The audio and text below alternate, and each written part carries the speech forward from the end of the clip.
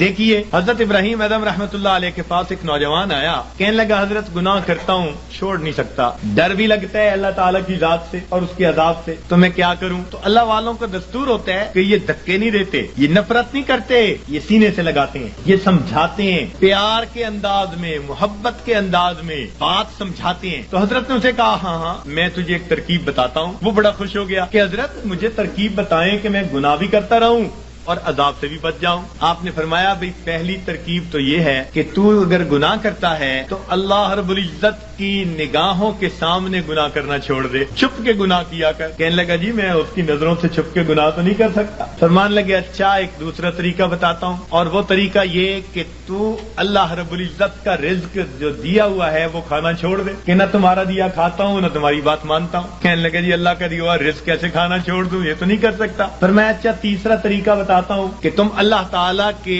ملک میں رہتے ہوئے اس کی نافرمانی کرتے ہو، تو یہ زمین و آسمان اللہ کا ملک ہے، اس کی ملک ہے، اس سے نکل کر گناہ کر لو۔ کہ جی میں کیسے نکل سکتا ہوں زمین و آسمان سے باہر؟ پروردگار بھی فرماتے ہیں یا معاشر الجن والانس ان استطعتم ان تنفذوا من اقطار السماوات والارض فانفذوا لا تنفذون الا بسلطان۔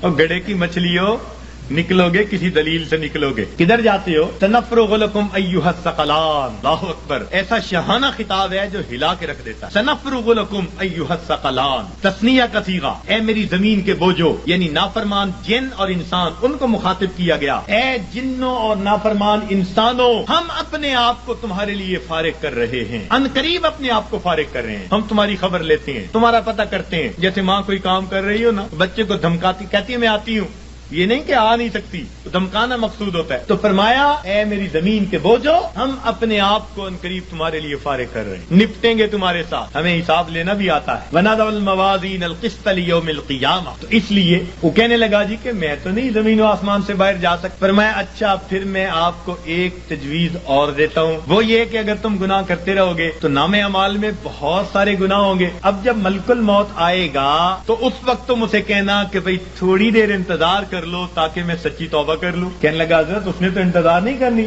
جس سانس میں موت آنی ہے اس سے اگلا سانس بندہ نہیں لے سکتا۔ اذا جاء اجلهم فلا يستأخرون ساعة ولا يستقدمون فلا يستطيعون توصية ولا الى اهلهم يرجعون۔ وصیت کرنے کی بھی فرصت نہیں ہوگی۔ اس نے کہا حضرت میں یہ تو نہیں کر سکتا۔ پر میں اچھا پھر ایک طریقہ اور بتا دیتا ہوں کہ جب تمہیں قبر میں لے جائیں گے اور منکر نکیر آئیں گے اور پوچھیں گے سوال و جواب، تو اس وقت منکر نکیر کو کہنا کہ میری قبر سے باہر نکل جاؤ۔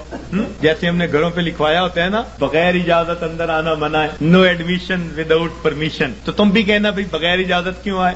اس نے کہا جی وہ مجھ سے پوچھ کے تھوڑا آئیں گے۔ پر میں اچھا پھر ایک آخری بات باقی رہ گئی، وہ تجویز بتاتا ہوں۔ اس نے کہا کون سی؟ کہ قیامت کے دن جب تمہارے گناہ اللہ رب العزت کے حضور پیش کیے جائیں گے اور اللہ تعالیٰ تمہیں جہنم جانے کا حکم دیں گے اور فرشتے پکڑ کے لے جانے لگیں گے، تو ضد کر کے کھڑا ہو جانا میں نہیں جاتا۔ اس نے کہا حضرت فرشتوں کے سامنے میری کیا حیثیت ہے کہ میں کہوں میں نہیں جہنم میں جاتا؟ جب اس نے کہا میری کیا حیثیت ہے تو اس وقت فرمایا، اس وقت اس کو ٹھوکر لگائی، فرمایا کہ اے دوست جب تو ان میں سے کچھ بھی نہیں کر سکتا تو اپنے رب کی نافرمانی ہی کیوں کرتا ہے؟